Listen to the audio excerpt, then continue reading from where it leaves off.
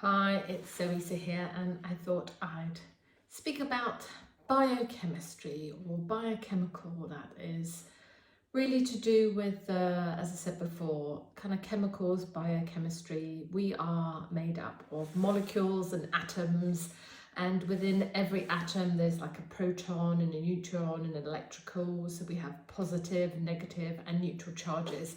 And actually, everything is made up of energy and atoms and neutrons, and carbon, oxygen, copper. So there's all different types of minerals and chemicals that make us up as human beings. And actually all of our cellular activity and functions involve some kind of chemical reaction or action or process.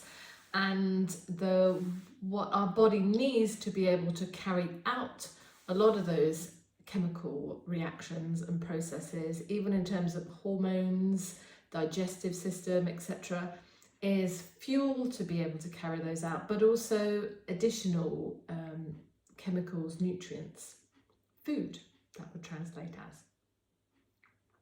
So why is that important for us? Well, every time you put something into your body or onto your body, it has a chemical reaction. The body has to deal with those.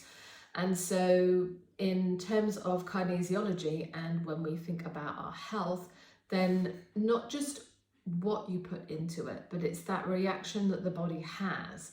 So in terminology, when it comes to thinking of food sensitivities, that's really important for us when we think about health.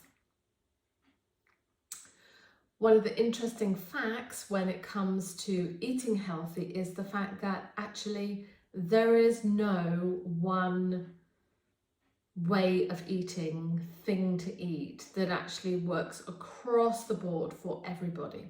Because actually people do have intolerances to a variety of different foods, and some of those foods can actually be healthy foods. So things like spinach, or it could be mushrooms, or it could be avocados, or it could be peppers in terms of like your green bell pepper or red or yellow or any one of those, even tomatoes, celery,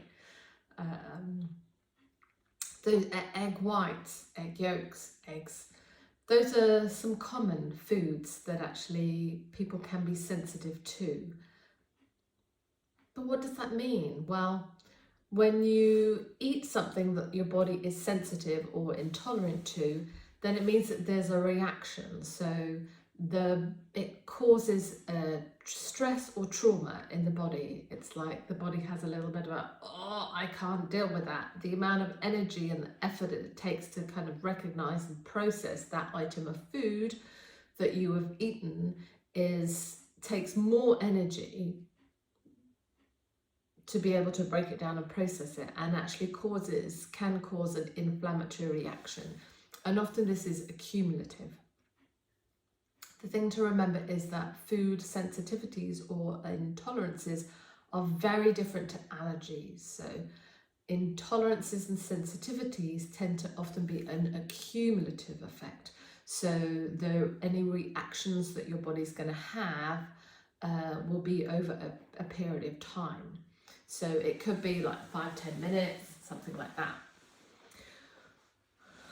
Or through literally just the frequency and quantity. It's like your body hasn't got the capacity to be able to deal with processing and breaking down that particular item of food to be able to utilize it easily in the body.